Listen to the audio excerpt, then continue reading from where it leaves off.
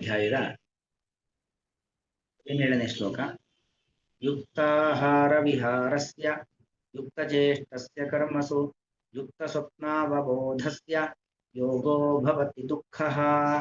ಯುಕ್ತಾಹಾರ ವಿಹಾರಸ್ಯ ಯುಕ್ತಚೇಷ್ಟಸ್ಯ ಕರ್ಮಸು ಯುಕ್ತ ಸ್ವಪ್ನಾವಬೋಧಸ್ಯ ಯೋಗೋ ಭವತಿ ದುಃಖಃ. ಅಂದ್ರೆ ಯೋಗ ನಮ್ಮ ದುಃಖವನ್ನು ಪರಿಹಾರ ಮಾಡುತ್ತೆ. ದುಃಖಃ ದುಃಖಃ ಅಂತ ಹೇಳಿದ್ರೆ ದುಃಖವನ್ನ ಪರಿಹಾರ ಮಾಡುವಂಥದ್ದು. ದುಃಖಂ ಹಂತಿ ಇತಿ ದುಃಖಃ, ದುಃಖವನ್ನ ಪರಿಹಾರ ಮಾಡುವಂಥದ್ದು. ದುಃಖಂ ಜಹಾತಿ ಅನೇನ ಇತಿ ದುಃಖಃ, ಇದರ ಮೂಲಕವಾಗಿ ನಾವು ನಮ್ಮ ದುಃಖಗಳನ್ನು ಪರಿಹಾರ ಮಾಡ್ಕೊಳ್ತೀವಿ. ದುಃಖ ಎರಡು ತರ, ಆದಿ ವ್ಯಾಧಿ. ದೈಹಿಕವಾದ ದುಃಖ, ಮಾನಸಿಕವಾದ ದುಃಖ. ಆ ಮಾನಸಿಕವಾದ ದುಃಖವನ್ನು ದೈಹಿಕವಾದ ದುಃಖವನ್ನು ಈ ಯೋಗಾನುಷ್ಠಾನದ ಮೂಲಕವಾಗಿ ನಾವು ಪರಿಹಾರ ಮಾಡಿಕೊಳ್ಳುವುದು. ಯೋಗ ಮಾಡೋದೇನಕ್ಕೋಸ್ಕರವಾಗಿ, ಭಗವಂತನ ಧ್ಯಾನ ಮಾಡೋದೇನಕ್ಕೋಸ್ಕರವಾಗಿ, ದುಃಖ ಪರಿಹಾರಕ್ಕೋಸ್ಕರವಾಗಿ, ಆದಿವ್ಯಾಧಿಗಳ ಪರಿಹಾರಕ್ಕೋಸ್ಕರವಾಗಿ, ದೈಹಿಕ ಮತ್ತು ಮಾನಸಿಕವಾದ ಸಮಸ್ಯೆಗಳ ಪರಿಹಾರಕ್ಕೋಸ್ಕರವಾಗಿ ಯೋಗವನ್ನ ಮಾಡತಕ್ಕಂಥದ್ದು. ಅದಕ್ಕೆ ಹೇಗಿರಬೇಕು, ಹೇಗಿರಬಾರದು ಅಂತ ಕೃಷ್ಣ ಹೇಳ್ದ. ಇಲ್ಲಿ ಹೇಗಿರಬೇಕು ಅಂತ ಈ ಶ್ಲೋಕದಲ್ಲಿ ಹೇಳ್ತಿದ್ದಾನೆ. ಅಲ್ಲಿ ಹಿಂದಿನ ಶ್ಲೋಕದಲ್ಲಿ ಆಗ್ಬೇಕಾದ್ರೆ ನಚೈಕಾಂತಂ ಅನಶ್ನತಃ ಅಂತಿದೆ ಅಲ್ವಾ. ಒಂದು ಕೆಲವು ಪುಸ್ತಕಗಳಲ್ಲಿ ಏಕಾಂತಂ ಅನಶ್ನತಃ, ರಾಯರು ಮೊದಲಾದವರ ವ್ಯಾಖ್ಯಾನದಲ್ಲಿ ಏಕಾಂತ ಅಂತಾನೆ ಅವರು ವ್ಯಾಖ್ಯಾನ ಮಾಡ್ತಾರೆ. ಅಂದ್ರೆ ತಿನ್ನೋದೇ ಇಲ್ಲ, ಏಕಾಂತಂ ಎಂದೆಂದಿಗೂ ತಿಂದೇ ಇರೋನು ಅಂತ ಅರ್ಥ. ಜನಕ್ಕೆ ಒಂದೊತ್ತು ಊಟ ಮಾಡಲ್ಲ ಹಾಗಿರೋರು. ಕೆಲವು ಪುಸ್ತಕಗಳಲ್ಲಿ ಅತ್ಯಂತಂ ಅಂತ ನಚ ಅತ್ಯಂತಂ ಅನಶ್ನತಃ ಅಂತ ತಗೊಳ್ತಾರೆ. ನಚೈತತ್ಯಂ ನಚ ಅತ್ಯಂತಂ ಅನಶ್ನ ನಚಾತ್ಯಂತಂ ಅನಶ್ನತಃ. ಹೀಗೆ ಎರಡು ತರದಲ್ಲಿ ಶ್ಲೋಕದಲ್ಲಿ ವ್ಯತ್ಯಾಸ ಇದೆ 16ನೇ ಶ್ಲೋಕದಲ್ಲಿ. ಇಲ್ಲಿ ಹೇಗಿರಬೇಕು, ಯುಕ್ತಾಹಾರ ವಿಹಾರಸ್ಯ, ನಮ್ಮ ಆಹಾರ ತಿನ್ನುವಂತ ವಸ್ತುಗಳು ಯುಕ್ತ. ಯುಕ್ತ ಅಂದ್ರೆ ಯೋಗ್ಯವಾದದ್ದು ಅಂತ ಅರ್ಥ. ಇಲ್ಲಿ ಏನೇನೋ ಇದೆ ಅಂತ ಏನೇನೋ ತಿಂದ್ರೆ ಆಗೋದಿಲ್ಲ. ಯಾವುದು ತಿನ್ಬೇಕು, ಯಾಕಂದ್ರೆ ಈ ಸಿಕ್ಕಿದ್ದೆಲ್ಲ ತಿಂದರೆ ನಮಗೂ ಪ್ರಾಣಿಗಳಿಗೂ ವ್ಯತ್ಯಾಸ ಇಲ್ಲ. ಪ್ರಾಣಿಗಳು ಹಾಗೆ ಅಲ್ವಾ, ಏನು ಸಿಗುತ್ತೋ ಅದನ್ನು ತಿನ್ನೋದು. ಯಾಕಂದ್ರೆ ಅವುಗಳಿಗೆ ಪ್ರಾಣಧಾರಣೆಯೇ ಮುಖ್ಯವಾಗಿರುತ್ತೆ. ಪ್ರಾಣಧಾರಣೆ, ತಮ್ಮನ್ನ ತಾವು ಉಳಿಸಿಕೊಳ್ಳೋದೇ ಮುಖ್ಯವಾಗಿರುತ್ತೆ. ಹಾಗಾಗಿ ಅದು ಬೇಕು ಇದು ಬೇಡ ಅಂತ ಇಲ್ವೇ ಇಲ್ಲ, ಏನು ಸಿಗುತ್ತೋ ಎಲ್ಲವನ್ನೂ ತಿನ್ನುವಂಥದ್ದು. ವಸ್ತುತಃ ಪ್ರಾಣಿಗಳಲ್ಲಿ ಹಾಗಿಲ್ಲ. ಎಷ್ಟೋ ಪ್ರಾಣಿಗಳಲ್ಲಿ ಆಹಾರದ ನಿಯಮ ಇದೆ. ಈಗ ಹುಲಿ ಸಿಂಹ ಅವೆಲ್ಲವೂ ಕೂಡ ಎಲ್ಲೋ ಸತ್ತು ಬಿದ್ದ ಪ್ರಾಣಿ ತಿನ್ನೋದಿಲ್ಲ, ಅವುಗಳು ಬೇಟೆಯಾಡಿ ತಿಂತಾವೆ ಹೊರತು ಯಾರೋ ಕೊಂದಂತ ಪ್ರಾಣಿಗಳನ್ನ ಅಥವಾ ಸಹಜವಾಗಿ ಸತ್ತ ಬಿದ್ದಂತ ಪ್ರಾಣಿಯನ್ನು ತಿನ್ನೋದಿಲ್ಲ. ಹಂಗೆ ಕೆಲವು ಪ್ರಾಣಿಗಳಲ್ಲಿ ಅಂತ ಒಂದು ನಿಯಮಗಳಿದ್ದಾವೆ. ಆಮೇಲೆ ನಾವು ಪ್ರಾಣಿ ಶ್ರೇಷ್ಠರು, ಮನುಷ್ಯರು, ನಮಗೊಂದು ಆಹಾರದ ನಿಯಮ ಅಂತ ಬೇಡವಾ. ಯುಕ್ತಾಹಾರ ವಿಹಾರ, ಆಹಾರ ಮತ್ತು ವಿಹಾರ. ವಿಹಾರ ಅಂದ್ರೆ ಜೀವನದ ಕ್ರಮ. ಮೊದಲು ಆಹಾರದ ಬಗ್ಗೆ ನೋಡೋಣ. ಯಾವುದು ನಿಷೇಧವಲ್ಲವೋ, ನಿಷೇಧವಲ್ಲದಂತ ವಸ್ತುಗಳು, ಕೆಲವು ತುಂಬಾ ವಾಸನೆ ಇರತಕ್ಕಂಥ ವಸ್ತುಗಳು, ಕೆಲವುದನ್ನ ತಿಂದ್ರೆ ವಾಸನೆ ಇರೋದಿಲ್ಲ ಆದ್ರೆ ಅದರಿಂದ ನಮ್ಮ ಮನಸ್ಸಿಗೆ ತುಂಬಾ ವಿಕಾರವಾಗುತ್ತೆ ಅಂತ ವಸ್ತುಗಳು. ಇದು ಯಾವ್ದು ನೀವು ಮೊದಲೇ 17ನೇ ಅಧ್ಯಾಯದಲ್ಲಿ ಹೇಳ್ತಾನೆ ಯಾವ್ದು ತಿನ್ಬೇಕು ಯಾವ್ದು ತಿನ್ನಬಾರದು ಅಂತ ಮುಂದೆನೂ ಬರುತ್ತೆ. ಹಾಗೆ ಅವುಗಳನ್ನ ಯಾವುದು ಕೂಡ ತಿನ್ನಬಾರದು. ಯುಕ್ತವಾದದ್ದು, ಆ ಯುಕ್ತವಾದದ್ದನ್ನು ಕೂಡ ಇದು ತಿನ್ಲಿಕ್ಕೆ, ಅನ್ನ ತಿನ್ಲಿಕ್ಕೆ ಪರ್ಮಿಷನ್ ಇದೆ. ಇನ್ಯಾವುದೋ ಜಾಮೂನು ಮತ್ತೊಂದು ಸ್ವೀಟು ತಿನ್ಬಹುದು, ಅದೇ ನಿಷೇಧ ಮಾಡಿಲ್ಲ ಶಾಸ್ತ್ರದಲ್ಲಿ ಅಂತೇಳಿ. ಅನಿಷಿದ್ಧವಾದ ವಸ್ತುವನ್ನು ತಿನ್ನೋದಾದ್ರೂ ಕೂಡ ತುಂಬಾ ತಿನ್ನುವಂಥದ್ದಲ್ಲ, ಲಿಮಿಟ್ ಅಲ್ಲಿ ತಿನ್ಬೇಕು. ಮತ್ತೆ ಸಮಯ ಮೀರಿ, ಉದಾಹರಣೆಗೆ ಸಂಧ್ಯಾಕಾಲದಲ್ಲಿ ತಿನ್ನುವಂಥದ್ದಲ್ಲ. ಸಂಧ್ಯಾಕಾಲ ಇರುವಂಥದ್ದು ಅನುಷ್ಠಾನಕ್ಕೋಸ್ಕರ ಇರತಕ್ಕಂಥದ್ದು. ಅದನ್ನು ಬಿಟ್ಟು ನಾವು ಆಹಾರ ಸ್ವೀಕಾರ ಮಾಡ್ಕೊಂಡು ಕೂತ್ರೆ ತಪ್ಪಾಗತ್ತೆ. ನಾವು ದೇವರ ನೈವೇದ್ಯ ಮಾಡಿ ಯಾವುದು ಶಾಸ್ತ್ರ ವಿಹಿತವೋ ಅಂಥದ್ದೇ ಆಹಾರ ತಿಂತಿದ್ದೀವಿ ಅಂದ್ರೂ ಕೂಡ, ಅಂಥದ್ದೇ ಆಹಾರವಾದ್ರೂ ಕೂಡ ಸಂಧ್ಯಾಕಾಲದಲ್ಲಿ ತಿನ್ನುವಂಥದ್ದು ತಪ್ಪೆ. ಹಾಗಾಗಿ ಆ ಸಮಯದ ಪರಿಪಾಲನೆ, ಆಹಾರ ಯಾವ್ದು ತಿನ್ಬೇಕೋ ಅದನ್ನ ಮಾತ್ರ ತಿನ್ನುವಂಥದ್ದು, ತಿನ್ನಬಾರದನ್ನ ಬಿಡುವಂಥದ್ದು ಎಲ್ಲೂ ಕೂಡ ಬಹಳ ಮುಖ್ಯವಾದದ್ದು. ಈ ಯುಕ್ತ ಆಹಾರ ಮತ್ತು ವಿಹಾರ. ವಿಹಾರ ಅಂದ್ರೆ ನಮ್ಮ ಜೀವನ ಕ್ರಮ. ವಿಹಾರ ನಾವು ಮಾನಸಿಕವಾದ ನೆಮ್ಮದಿಗೋಸ್ಕರವಾಗಿ ಎಲ್ಲೆಲ್ಲೋ ಹೊರಗಡೆ ಹೋಗ್ತೀವಿ ಬರ್ತೀವಿ. ಮತ್ತು ದೈಹಿಕವಾದ ಪರಿಶ್ರಮ ಪರಿಹಾರಕ್ಕೋಸ್ಕರವಾಗಿ ಮನಸ್ಸಿಗೆ ನೆಮ್ಮದಿ ಸಿಗತ್ತೆ ಅಂತ 4 ಜನರೊಟ್ಟಿಗೆ ಕೂತು ಮಾತಾಡ್ತೀವಿ, ಯಾರ್ದ ಮನೆಗೆ ಹೋಗ್ತೀವಿ ಬರ್ತೀವಿ. ಅಂದ್ರೆ ಬರೀ ಅದೇ ಆಗ್ಬಿಡಬಾರದು.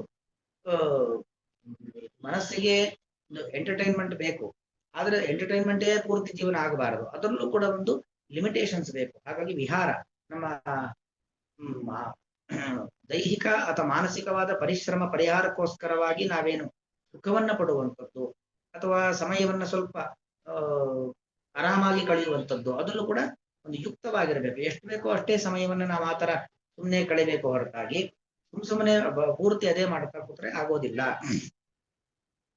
ಮತ್ತು ಕರ್ಮಸು ಯುಕ್ತ ಚೇಷ್ಟಸ್ಯ, ನಮ್ಮ ಕರ್ಮ ಪ್ರತಿಯೊಬ್ಬರಿಗೂ ಒಂದೊಂದು ಕೆಲಸದ ಜವಾಬ್ದಾರಿಗಳು ಅಂತಿದ್ದಾವೆ. ಅದಲ್ಲಿ ಯುಕ್ತ ಚೇಷ್ಟ, ಒಂದು ನಿಯತ್ತು ನಿಯಮ ಅಂತ ಬೇಕು. ಹೇಗಾಯ್ತಾ ಯಾವಾಗಾಯ್ತಾ ಅವಾಗ ಮಾಡುವಂಥದ್ದು ಅದಾಗೋದಿಲ್ಲ. ಯಾವುದೇ ಕೆಲಸ ಆದರೂ ಕೂಡ ಆ ಸಮಯಕ್ಕೆ ಸರಿಯಾಗಿ ಆ ಕೆಲಸವನ್ನ ಮಾಡುವಂಥದ್ದು, ಆ ಕೆಲಸ ಮಾಡಬೇಕಾಗಿರ್ತಕ್ಕಂಥ ಕ್ರಮದಲ್ಲಿ ಮಾಡಬೇಕಾಗಿರ್ತಕ್ಕಂಥದ್ದು. ಈಗ ನಾವು ರಾತ್ರಿ ಮಲಗಿರ್ತೇವೆ, ರಾತ್ರಿ ಮಲಗಿ ಎದ್ದು ಬೆಳಿಗ್ಗೆ ಸ್ನಾನ ಮಾಡಿ ಯಾಕೆ ತಿನ್ಬೇಕು, ಹಾಗೆ ತಿಂತೇವೆ. ಅದಲ್ಲ, ಒಂದು ನಮ್ಮ ನಾವು ತಿನ್ನುವಂಥದ್ದು ಕುಡಿಯುವಂಥದ್ದು ನಮಗೆ ದೇಹಕ್ಕೆ ಬೇಕು, ತಿನ್ಬೇಕು ಕುಡಿಬೇಕು. ಇಲ್ಲ ಅಂತ ಆದ್ರೆ ನಾವೇನು ಮಾಡ್ಲಿಕ್ಕೆ ಆಗೋದಿಲ್ಲ. ಹಾಗಂತೇಳಿ ಸ್ನಾನ ಮಾಡಿ ಯಾಕೆ ತಿನ್ಬೇಕು, ನಾನು ಹಾಗೆ ತಿಂತೀನಿ ಹಾಗೆ ಕುಡಿತೀನಿ ಅಂದ್ರೆ ತಪ್ಪು. ನಮ್ಮ ಕರ್ಮಗಳಲ್ಲಿ ಒಂದು ನಿಯತ ಬೇಕು, ಒಂದು ನಿಯಮ ಅಂತ ಬೇಕು. ಯಾಕೆ ಪ್ರಾಣಿಗಳಲ್ಲಿ ನಿಯಮ ಇಲ್ಲ, ನಾವು ಪ್ರಾಣಿಗಳ. ಹಾಗಾಗಿ ನಮ್ಮಲ್ಲಿ ಒಂದು ನಿಯಮ ಅಂತ ಬೇಕಾಗತ್ತೆ. ಈಗ ಪ್ರತಿಯೊಂದು ಎಂಜಲು ಮುಸರೆ, ಈಗ ಪ್ರಾಣಿಗಳಲ್ಲಿ ಎಂಜಲು ಮುಸರೆ ಅನ್ನೋ ಕ್ರಮ ಇಲ್ಲ, ನಮ್ಮಲ್ಲಿ ಎಂಜಲು ಮುಸರೆ. ಎಂಜಲು ಎಷ್ಟರ ಮಟ್ಟಿಗೆ ಅಂದ್ರೆ ಕೆಲವರು ಇದನ್ನು ಗಮನಿಸಿರೋದು ಇಲ್ಲ. ನಾವು ಕಾಫಿ ಅಥವಾ ಟೀ ಕುಡಿಬೇಕಾದ್ರೆ ಬಿಸಿ ಇರುತ್ತೆ, ಕಚ್ಚಿ ಕುಡಿದಿರ್ತೀವಿ. ಕಚ್ಚಿ ಕುಡಿಯೋ ತಪ್ಪಲ್ಲ, ಆದ್ರೆ ಕಚ್ಚಿ ಕುಡಿದ ಮೇಲೆ ಲೋಟವನ್ನು ನಾವೇನ್ ಮಾಡ್ತೀವಿ, ಅದೇ ಟೀಪಾಯ್ ಮೇಲೋ ಅಲ್ಲೇ ಕೆಳಗಡೆ ಎಲ್ಲ ಇಡ್ತೀವಿ. ಆ ನಾವು ಕುಡಿದ ಲೋಟ ಎಂಜಲು, ಎಲ್ಲಿಟ್ಟುವ ಆ ಜಾಗ ಎಂಜಲು, ಕೈ ಎಂಜಲು. ಅದೇ ಕೈಯಿಂದ ಮತ್ತೆಲ್ಲ ಮುಟ್ತೀವಿ, ಎಲ್ಲ ಮಾಡ್ತೀವಿ, ಎಲ್ಲ ಇಡೀ ಮನೆ ಎಂಜಲಾಗತ್ತೆ. ಆದ್ರೆ ಅದು ಕುಡಿದ ತಕ್ಷಣ ಬಿಸಿದ ಹಾಲು ಕಾಫಿನೋ ಏನೋ ಒಂದು ಕುಡಿದ್ವಿ, ಕುಡಿದ ತಕ್ಷಣ ಆ ಸಿಂಕಲ್ಲಿ ಹಾಕಿ ಕೈ ತೊಳ್ಕೊಂಡ್ಬಿಟ್ರೆ ಅಲ್ಲಿಗೆ ಏನಾಯ್ತು, ಇಡೀ ಮನೆ ಎಂಜಲಾಗ್ಲಿಲ್ಲ. ಹಾಗೆ ಪ್ರತಿಯೊಂದರಲ್ಲೂ ಕೆಲವೊಂದು ಧರ್ಮ ಸೂಕ್ಷ್ಮತೆಗಳು ಅಂತ ಇರ್ತವೆ. ಅದನ್ನ ನಮ್ಮ ಜೀವನದಲ್ಲಿ ಅಳವಡಿಸಿಕೊಳ್ಳಬೇಕು. ಕರ್ಮಗಳಲ್ಲಿ ನಾವು ಬಹಳ ಯುಕ್ತರಾಗಿರಬೇಕು. ಅಥವಾ ಇನ್ನೊಂದು ಅರ್ಥದಲ್ಲಿ ನಾವು ಇದು ನೋಡೋದು ಅಂತ ಆದ್ರೆ, ಇಂಗ್ಲಿಷ್ ಅಲ್ಲಿ ಹೇಳ್ತಾರಲ್ಲ, B A smart worker not A hard worker ಅಂತ. ಅಂದ್ರೆ ಕೆಲವರು ತುಂಬಾ ಪರಿಶ್ರಮ ಪಟ್ಟು ಕೆಲಸ ಮಾಡ್ತಾರೆ, ಅಯ್ಯರೆ ಇನ್ನು ಕೆಲವರು ತುಂಬಾ ಆಲೋಚನೆಯನ್ನ ಮಾಡಿ ಸರಿಯಾದ ಕ್ರಮದಲ್ಲಿ ಕೆಲಸ ಮಾಡ್ತಾರೆ. ಅತ್ಯಂತ ಪರಿಶ್ರಮಿ ಇದ್ದಾನಲ್ಲ ಹಾರ್ಡ್ ವರ್ಕರ್, 24 ಗಂಟೆ ಮಾಡ್ತಕ್ಕಂಥ ಕೆಲಸವನ್ನು ಬರೀ 2 ಗಂಟೆಲಿ ಮಾಡಿರ್ತಾನೆ. ಹಾಗೆ ಯುಕ್ತರಾಗಿ ನಾವು ನಮ್ಮ ಕರ್ಮಗಳಲ್ಲಿ ಇರಬೇಕು. ಸುಮ್ಮನೆ ನಾ ಕತ್ತೆ ದುಡ್ದಂಗೆ ದುಡಿದ್ರೆ ಅದಕ್ಕೆ ಯಾವುದೇ ಅರ್ಥ ಇರೋದಿಲ್ಲ. ಆ ದುಡಿಮೆಗೂ ಒಂದು ಅರ್ಥ ಅಂತ ಇರಬೇಕು. ಯಾವುದೇ ಆಗಲಿ ಅದು ಎಷ್ಟು ಬೇಕೋ ಅಷ್ಟೇ. ಅದನ್ನು ಹೇಗೆ ಅಲ್ಪ ಸಮಯದಲ್ಲಿ ನಾವು ಬಹಳ ಸಂಪನ್ಮೂಲ ಭರಿತವಾಗಿ ಯಾವ ರೀತಿಯಲ್ಲಿ ನಾವು ಆ ನಮ್ಮ ಸಮಯವನ್ನು ಉಳಿಸಬಹುದು, ಅಥವಾ ಬಳಸಿಕೊಂಡ ಸಮಯವನ್ನು ಹೇಗೆ ಪರಿಪೂರ್ಣತೆ ಮಾಡಿಕೊಳ್ಳಬಹುದು ಅನ್ನೋದನ್ನ. ಅಡಿಗೆ ಮಾಡೋದು ಒಂದು ಕೆಲಸ ಆದರೂ ಕೂಡ ದಿನಗಟ್ಟಲೆ ಅಡಿಗೆ ಮಾಡೋದಕ್ಕೂ ಸರಿಯಾದ ಉಪಾಯದಲ್ಲಿ ಅಡಿಗೆ ಮಾಡಿದ್ರೆ ನಮ್ಮ ಸಮಯ ಉಳಿಯುತ್ತೆ, ಇಂಧನ ಉಳಿಯುತ್ತೆ, ಎಲ್ಲವೂ ಉಳಿಯುತ್ತೆ. ಪ್ರತಿಯೊಂದರಲ್ಲೂ ಕೂಡ ಆಲೋಚನಾ ಪೂರ್ವಕವಾಗಿ ಇದನ್ನು ಇನ್ನೂ ಸರಿಯಾಗಿ ಹೇಗೆ ಮಾಡಬಹುದು, ಇನ್ನೂ ಕ್ರಮವಾಗಿ ಹೇಗೆ ಮಾಡಬಹುದು, ಇನ್ನೂ ಒಂದು ಸಂಪನ್ಮೂಲ ಭರಿತವನ್ನಾಗಿ ಹೇಗೆ ಮಾಡಬಹುದು ಅಂತ ನಾವು ಪ್ರತಿ ಒಂದರಲ್ಲೂ ಕೂಡ ಒಂದು ಆಲೋಚನೆಯನ್ನು ಇಟ್ಟುಕೊಂಡು ನಮ್ಮ ಕೆಲಸ ಕಾರ್ಯಗಳಲ್ಲಿ ಮುಂದುವರೆದಿವೆ ಅಂತಾದ್ರೆ ಎಲ್ಲವೂ ಬಹಳ ವ್ಯವಸ್ಥಿತವಾಗಿ ನಡೆಯುತ್ತೆ. ಅದಕ್ಕೋಸ್ಕರ ಕೃಷ್ಣ ಹೇಳುವಂಥದ್ದು ಕರ್ಮಸು ಯುಕ್ತ ಚೇಷ್ಟಸ್ಯ, ನಮ್ಮ ಪ್ರತಿಯೊಂದು ಕಾರ್ಯಗಳಲ್ಲೂ ಕೂಡ ಯುಕ್ತ ಚೇಷ್ಟ ನಿಯತ್ತಿನ ಒಂದು ಕ್ರಿಯೆ ನಮ್ಮಲ್ಲಿ ಇರಬೇಕು. ಯುಕ್ತ ಸ್ವಪ್ನಾವಬೋಧಸ್ಯ, ಸ್ವಪ್ನ ಮತ್ತು ಅವಬೋಧ ಎಷ್ಟು ಬೇಕೋ ಅಷ್ಟೇ ನಿದ್ರೆ.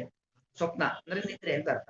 ಅಂದ್ರೆ ನಿದ್ರೆಯಲ್ಲಿ ನಾವು ಸ್ವಪ್ನ ಕಾಣೋದು, ಅದರಿಂದಾಗಿ ಸ್ವಪ್ನ ನಿದ್ರೆಯು ಯುಕ್ತವಾಗಿರಬೇಕು. ಅವಬೋಧ ಎಚ್ಚರಿಕೆಯು ಕೂಡ ಯುಕ್ತವಾಗಿರಬೇಕು. ಅತಿಯಾದ ನಿದ್ರೆಯು ತಪ್ಪು, ಅತಿಯಾದ ಎಚ್ಚರಿಕೆಯು ಕೂಡ ತಪ್ಪು. ಇಂತಹ ವ್ಯಕ್ತಿ ಹೀಗೆ ಆಹಾರದ ನಿಯಮ, ವಿಹಾರದ ನಿಯಮ ಮತ್ತು ನಮ್ಮ ಕ್ರಿಯೆಗಳಲ್ಲಿ ಒಂದು ನಿಯಮ, ನಿದ್ರೆಗೆ ನಿಯಮ, ಎಲ್ಲದಕ್ಕೂ ಒಂದು ನಿಯಮಿತವಾದ ಒಂದು ಜೀವನ ಪದ್ಧತಿಯನ್ನ, ವ್ಯವಸ್ಥಿತವಾದ ಒಂದು ಜೀವನ ಪದ್ಧತಿ.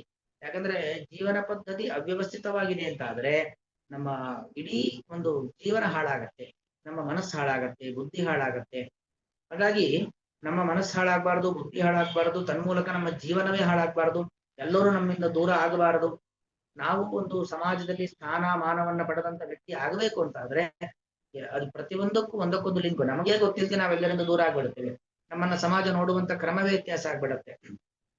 ಅದು ಯಾವಾಗ ನಾವು ನಮ್ಮ ಆಹಾರ, ನಮ್ಮ ವಿಹಾರ, ನಮ್ಮ ನಿದ್ರೆ, ನಮ್ಮ ಎತ್ತರ ಎಲ್ಲದಕ್ಕೂ ಒಂದು ಪರಿಧಿಯನ್ನ ಹಾಕೊಂಡು ಒಂದು ಪರಿಮಿತಿಯಲ್ಲಿ ಎಲ್ಲವನ್ನು ನಾವು ಜೀವನದಲ್ಲಿ ಅಳವಡಿಸ್ಕೊಳ್ತೀವೋ ಆಗ ನಾವೊಬ್ರು ಎತ್ತರದ ವ್ಯಕ್ತಿಗಳಾಗ್ತೀವಿ. ಅಂತವನಿಗೆ ಈ ಯೋಗ, ಧ್ಯಾನ ಯೋಗ ಎಂಬುವಂಥದ್ದು, ಸಮಾಧಿ ಯೋಗ ಎಂಬುವಂಥದ್ದು ದುಃಖ ಭವತಿ, ದುಃಖವನ್ನ ಪರಿಹಾರ ಮಾಡುವಂಥದ್ದಾಗುತ್ತದೆ. ಅಥವಾ ಯೋಗದ ಮೂಲಕವಾಗಿ ಇವನ ದುಃಖ ಪರಿಹಾರವಾಗುತ್ತದೆ. ಯುಕ್ತಾಹಾರ ವಿಹಾರಸ್ಯ, ನಿಯಮಿತವಾದ ಆಹಾರ ಪದ್ಧತಿ ಮತ್ತು ವಿಹಾರ ಪದ್ಧತಿಯನ್ನ ಅಳವಡಿಸಿಕೊಂಡಂತಹ ವ್ಯಕ್ತಿಗೆ ಕರ್ಮಸು, ತಮ್ಮ ನಿತ್ಯ ಕರ್ಮಗಳಲ್ಲಿ ನಿತ್ಯ ವ್ಯವಹಾರಗಳಲ್ಲಿ ಯುಕ್ತ ಚೇಷ್ಟಸ್ಯ, ನಿಯಮಿತವಾದಂತಹ ನಿಯತ್ತಿನ ನ್ಯಾಯವಾದ ಕ್ರಿಯೆಗಳನ್ನ ಅಳವಡಿಸಿಕೊಂಡಂತವನಿಗೆ ಯುಕ್ತ ಸ್ವಪ್ನಾವಬೋಧಸ್ಯ, ನಿಯಮಿತವಾದಂತಹ ನಿದ್ರೆ, ನಿಯಮಿತವಾದಂತಹ ಎಚ್ಚರ, ಇದನ್ನ ತನ್ನ ಜೀವನದಲ್ಲಿ ಅಳವಡಿಸಿಕೊಂಡಂತಹ ವ್ಯಕ್ತಿಗೆ ಯೋಗ, ಧ್ಯಾನ ಯೋಗವು, ಸಮಾಧಿ ಯೋಗವು ದುಃಖ ಭವತಿ, ದುಃಖ ಪರಿಹಾರ ಮಾಡುವುದಾಗುತ್ತದೆ ಅಥವಾ ದುಃಖ ಹಾನಿಗೆ ಕಾರಣವಾಗುತ್ತದೆ. ಯುಕ್ತಾಹಾರ ವಿಹಾರಸ್ಯ ಯುಕ್ತಚೇಷ್ಟಸ್ಯ ಕರ್ಮಸು ಯುಕ್ತಸ್ವಪ್ನಾವಬೋಧಸ್ಯ ಯೋಗೋ ಭವತಿ ದುಃಖಃ. ಶ್ರೀಕೃಷ್ಣಾರ್ಪಣ.